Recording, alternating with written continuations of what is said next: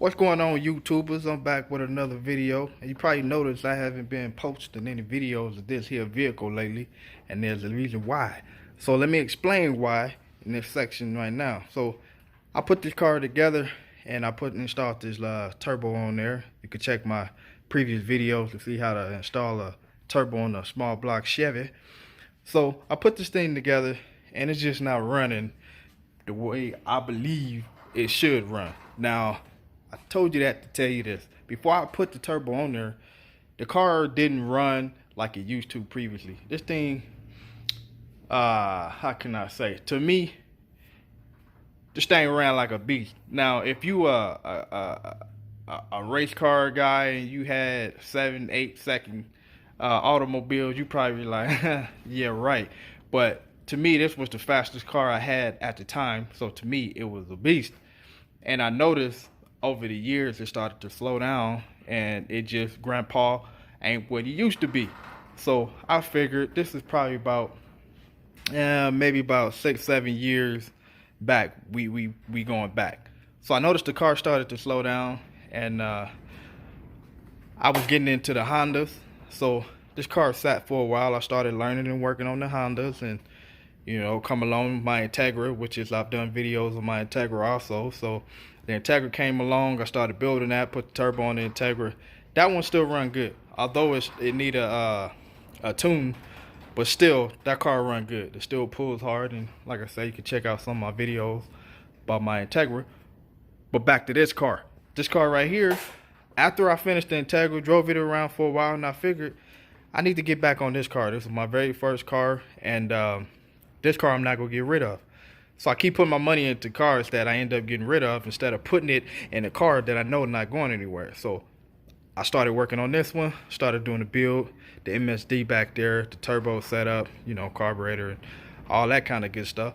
But the car's not running right. And like I said, it probably happened about 6-7 years back. I noticed the car was starting to slow down drastically to the point to where, be honest with you, I couldn't do a burnout if I wanted to. You could spread molasses on the ground and I can put it to the wood and it just wouldn't break the wheels, right? So me and my thinking, I was like, all right, it's time to do an upgrade. The engine's been in the car now almost 20 years. So I ran this car for a while. As you can see, it has a nitrous unit on it. That's what I was running the engine with originally. But then later on come along the turbo. But we talking about before the turbo. So the car started to slow down and I stopped running it, sat it to the side. So in my mind, I was like, all right, change the carburetor because it's been on there for a year. I mean, not for a year, but it's been on for years. Probably need a rebuild and, check the timing. So with a brand new carburetor and, check the timing, make sure the timing right, I figured it might wake this thing up. With a fresh tune-up. Not saying I haven't did a tune-up on this car in 20 years, but it was time for another tune-up. It was time for a carburetor. It was time for me to check the timing. So I figured I throw this turbo on there. With the turbo, you have to get a different carburetor. So it wasn't no need to rebuild the carburetor because I needed a blow-through carburetor to run the turbo. So I got the carburetor. I got the MSD box. I set the timing, did a tune-up and everything like that. Went for a spin. And the car just didn't pull hard. So I was like, what's going on? So I double checked everything. I went back to the basics. I know with a turbo, you can't have no kind of leaks, whether it's vacuum, boost leak, or exhaust leak. I went back. I had leaks coming from the top hat. I fixed that. And then it didn't pull. So I checked the exhaust. I had an exhaust leak. Got my videos where I took the car to the mechanic shop. Had the exhaust welded underneath. After I did that, it helped a little bit, but it still wasn't building boost the way it should. So I double checked it again. Come to find out, I had exhaust leaks coming from the the headers themselves. I fixed that. Went for a spin. Helped a little bit, but still the bad boy just ain't running right. So what I did, I know it's not the carburetor. I know it's not the timing because those, I checked them. They right, man. They right. So I figured it's something internal. I got a little blow by, but My Tegra has blow by, and that thing pulled like a mule. So I knew it couldn't be the blow by. So I figured, how about I check the cam? Pulled off the valve covers, fired the car up, and what do you know? On this passenger side, what's that? Cylinder, what's that? 5 and I think 7. This is probably a little while, not probably, but I checked it a little while back. But anyway, on the passenger side, took off the valve cover, and while the car is running, you can look at the rockers as they open and close the valve. You can look at them and see them move. So the car is running. On the driver's side, you can see the how can I say, the oh man, what's the word I'm looking for? But as the rockers go up and down, you can see how the travel. You can see the travel of the rocker, how far up and down that it moved. So just looking at the rocker, how far up and down they move, you will see if all of them is pretty much have the same travel. If they all look like they moving the same travel, amount of travel, then you know, okay, fine, that was good. I come over here to the passenger side, and I'm looking at the rockers. Most of them had the same amount of travel, but like I said, I believe it was 3 and 5 or 5 and 7, I'm not sure, but it was 3 rockers. They was moving, but they just wasn't traveling as much as the other ones. Say per se, the other one's traveling this much. They rockers up and down, just like them oil pumps you see in the field, up and down, up and down. But then you have 2 or 3 that's just barely moving. That's not good. That's telling me the lobe on the cam then went flat or is going flat. Now, you will hear the term flat cam. That's what they mean. The lobes on the cam is not what the spec that it should be, and it's been rounded, because you know cams have lobes on them that's kind of like how can I say, triangular or whatever, and over time they'll round out if something's not right. So obviously my cam didn't went flat, and no wonder I'm not building boost the way it should, because the cam opens and closes the valve.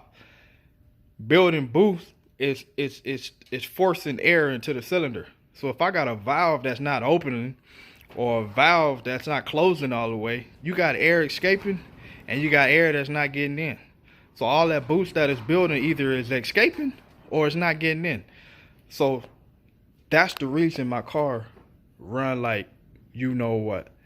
So I talked to the master mechanic, and he told me there's pretty much 2 causes for a flat cam. Either somebody didn't adjust them right in the beginning and it caused the cam to go flat, which is what my case, because it was adjusted by a professional, or this is a flat tappet cam.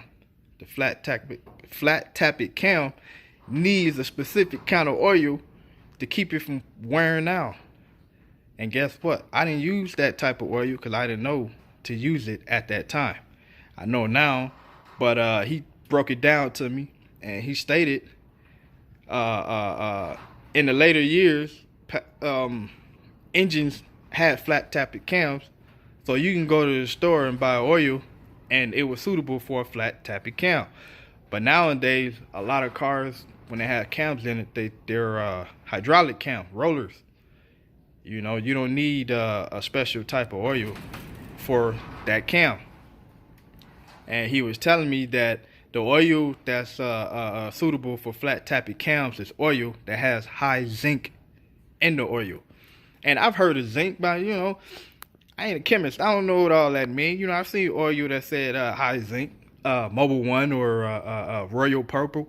They tell you, oh, it has a high zinc content, but it don't specifically tell you what that high zinc content is for. Now I know high zinc work good with flat tappet cams, and when I was running my flat tappet cam, I was just putting regular conventional oil into it. So I think over the years that's what wore it down. So now, me knowing that I have a flat cam in my engine, I mean, you know, I still drive the car. It's fun to drive. I cruise it or whatever when I decide to cruise it. But to do what I intended on doing with it, nah, I can't do that. Even though this turbo is on here, a turbo is useless on an engine with a flat cam in it. So, you know, like I said, I talked to the master mechanic, and I was like, well, how about, cause these are regular cast iron heads. You know, they're not aluminum, nothing fancy, AFR and all that kind of stuff. Nothing fancy. So I figured, you know, I got these old bull crap heads on here, cam flat. How about I just pull the cam out, get some good heads, throw this mamma jamma back together, and see what it do. He was like, yeah, you can do that, but I wouldn't suggest it. Number one, the engine is old. It's about time for it to be ran through. Like I say, it's been in here almost 20 years. It went through nitrous shots and all that kind of stuff. And it's not an engine that was built for nitrous. It's been taken to just fine. It started out as I think I had a 75 shot on there, and then it ended up being a 150 shot. And it took it with no problem. And, you know, I haven't had any rod knocking, all that kind of different stuff. So he just suggested, think about it, man. You got a flat cam, meaning the lobe on that cam has been worn down. And, you know, at the time, I wasn't thinking about it. Hey, pull the cam out, put another one in there, and go on about our business. He said, yeah, you could do that. But those lobes are worn down. Where you think all that metal is? And then I was like, you know what I'm saying? Like, I didn't think about that. He said that metal is somewhere in that engine. So basically, this engine is a ticking time bomb anyway. Yeah, you know, the cam wear down. You get metal shavings in the engine. You change your oil. You know, it'll fall out in your oil. Not all of it. Some of it will fall out in the oil. Some of it will get caught in the oil filter. But still, you got metal somewhere in this engine because of your cam went flat. So he was like, why waste the money and do those modifications in the engine that's pretty much a ticking time bomb. So right now I'm in the process of getting another engine, and that's why I haven't been driving this car and clowning around or taking it to the track, because it just don't run right. Now you know why it don't run right, and now you know how come I haven't been posting videos of this car. So, you know, just stay tuned. Like I say, it's in the making. I'm trying to figure out what engine I want and which one is going in. I pretty much know which one I'm gonna get. It's just that in the process of getting it. So when I purchase the engine, I'll do a video, show you which one I'm getting. And when we do the engine swap, you know, if I can, cause I don't have a tripod or anything to hold the camera while I do work. That's why a lot of times when I do videos, you don't see the camera sitting up somewhere while I'm working, cause I don't have a camera holder or anything. So, you know, but I do my best, man.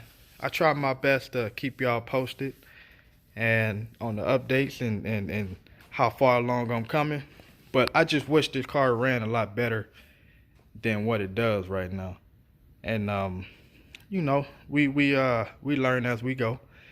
And I want to thank y'all for watching and listening to me talk and rant all over the place. But we be back. Like I say, this car is down, but I still got the that's my wife's car. I don't do nothing in this one besides, you know, I might do a video of cleaning it or something like that, but I don't run this one. We still got the S2000. That was bone stock. You know, it's clean though. You know what I'm saying? I'm gonna do a video about S2000 because it's been on my mind. But this one will be back. So just be patient, and I want to thank y'all for watching. I also want to thank y'all for I got 700 subscribers. Man. I really appreciate that. I didn't think I'd come along. My first video was probably about 7 years ago. I put that one up and just disappeared for about 5 years, and here of late I came back. But I appreciate all you guys subscribing and watching my videos, and I try to make it to where as I'm learning, you can learn with me, and we all can learn together. So thank you for watching. Subscribe, like the video. I'll catch you in the next one.